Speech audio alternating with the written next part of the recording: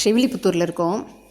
Rain rain go away come again another டேன்னு பாடுற மாதிரி வச்சுட்டா ஆண்டாள். இன்னைக்கு திருநாள் ஆரம்பிக்கிறது. சேனை முதல்வர் புறப்பாடு. இவர் ஆல் இஸ் வெல் சொன்னாதான் 10 திருநாள் நன்னா ஜெய ஜெய ஜெய ஜெயன்னு நடக்கும். இன்றைக்கி மழையில் ஆரம்பிச்சிருக்கா. தாயார் என்ன அனுகிரகிக்க போகிறான்னு தெரியல.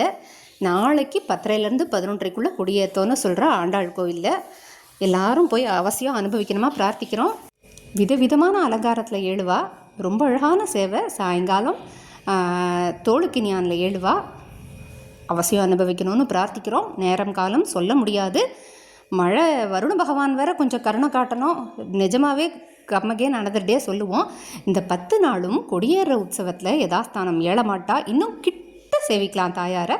கண்ணாடி அறையில் ஏழியிருப்பா. அவசியம் அவளையும் சேவிக்கணுமா பிரார்த்திக்கிறோம். ஆண்டாள் மன்னார்கிட்ட சரணாகதி பண்ணுவோம்.